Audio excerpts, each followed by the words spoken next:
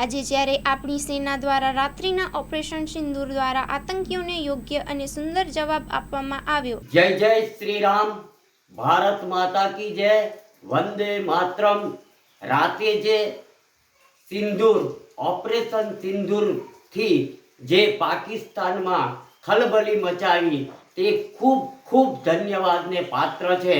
પણ એક બ્રાહ્મણ તરીકે એવું કહું કે એકલા સિંદૂરથી હવે નહીં ચાલે, હવે લગ્ન પૂરું કરવું પડશે। અને તેમાંય પાછું કહીએ તો અંદર અને બહારનો કચરો બેવ સાફ કરવાની જરૂર છે। આજે જ્યારે શરૂઆત કરી છે સાફ સફાઈની, તો હવે આ સિંદૂરથી અટકવાનું નથી। લગ્ન પૂરું કર્યા વગર એક કામ ચાલે નહીં, કારણ કે બહાર કરતા અંદરના રાક્ષસો બહુ જ ખતરનાક છે અને તે દેશને તોડી રહ્યા છે। એટલે હું સરકારને પ્રાર્થના કરું કે અંદર બેઠેલા રાક્ષસોને ખતમ કરે, બહાર તો આપોઆપ જ સેના ખતમ કરી દેશે। એટલે ખરેખર આ જરૂર છે કે હવે બેસવાની જરૂર નથી। યુદ્ધાય કૃતનિશ્ચય। હવે આ શાંતિ માટેનો કોઈ માર્ગ કબૂતર ઉડાડવા કે આ બધું ચાલે નહીં। હવે સપાટાની જરૂર છે, એ જ વસ્તુ। ભારત માતા કી જય, વંદે માતરમ। આજે આપણે જોયું કે ઓપરેશન સિંદૂર દ્વારા ભારત દ્વારા પાકિસ્તાનને જડબાતોડ જવાબ આપવામાં આવ્યો।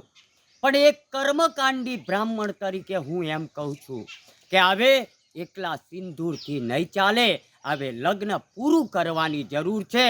અને તેમાં દેશમાં અને દેશની બહાર રહેલા જે તત્વો છે, જે દેશને ખોખલો કરી રહ્યો છે, એ બધાને જ આજે જવાબ આપવાની જરૂર છે।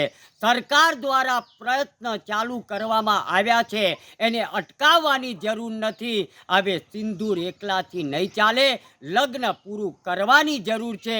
અંદર બેઠેલા રાક્ષસોને પણ ખતમ કરવાની જરૂર છે। અને જે દેશની બહારથી આવેલા બાંગ્લાદેશી હોય કે પાકિસ્તાની હોય, એમને પણ ભારતમાંથી કાઢવાની જરૂર છે। ત્યારે જ આપણો દેશ એ સોને કી ચીડિયા અને કૃષ્ણમ વંદે જગત ગુરુના નારા સાર્થક થશે। જય શ્રી રામ, ભારત માતા કી જય, વંદે માતરમ। માં motor driving, safe and sure driving. Driving એ શોખ સાથે આપની મોટી જવાબદારી પણ છે। અમારા ઇન્સ્ટ્રક્ટર દ્વારા સચોટ અને સરળ માર્ગદર્શન। આપની રોજની તાલીમની માહિતી મેળવીને શું અધુરાશ છે એના ઉપર પૂરું ફોકસ કરાય છે।